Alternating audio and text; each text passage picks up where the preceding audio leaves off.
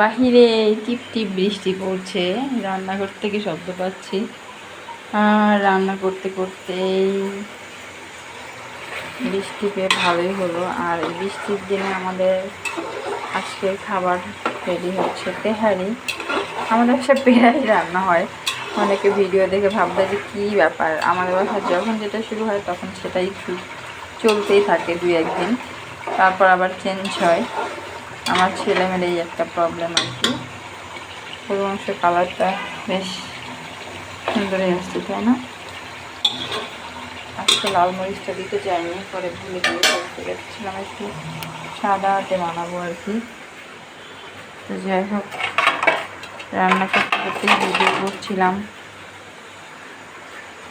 আজকে আমার শরীরটা বেশ খারাপ ছিল,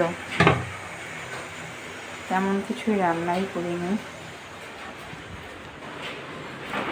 তো পরে ভাবলাম যে রাতের বেলা একটু তেহারি করে দিই। বৃষ্টি হচ্ছে বেশ ভালো পরিমাণে, জানালাটা একটু লাগিয়ে দিই, নাহলে সে ভিজে যাবে সব কিছু। রাস্তায় পানি দিতে হবে, শুকিয়ে গেছে, রাস্তার অবস্থা খারাপ।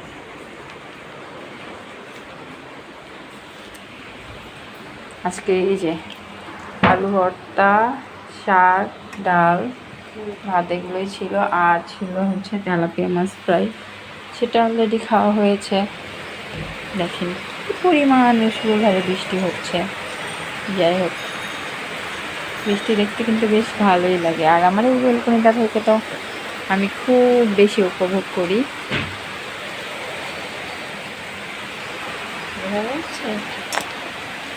ভালো পরিমাণ বৃষ্টি হচ্ছে। ভিডিওতে কতটুকু বোঝা যাচ্ছে আমি জানি না। যাই হোক, আমি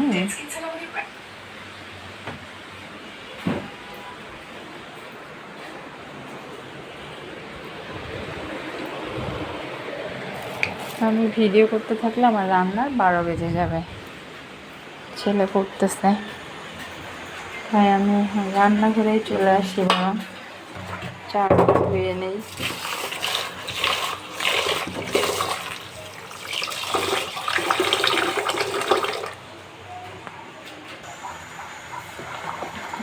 চালটা আমি একসঙ্গে ঢেলে দিই, চালটা একটু কষিয়ে নেব, দেন পানিটা দিয়ে দেবো ভালোভাবে মিক্স করে।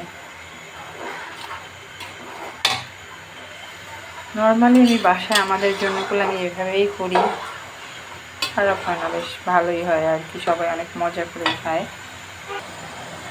যখন পানি দিয়ে দিলাম,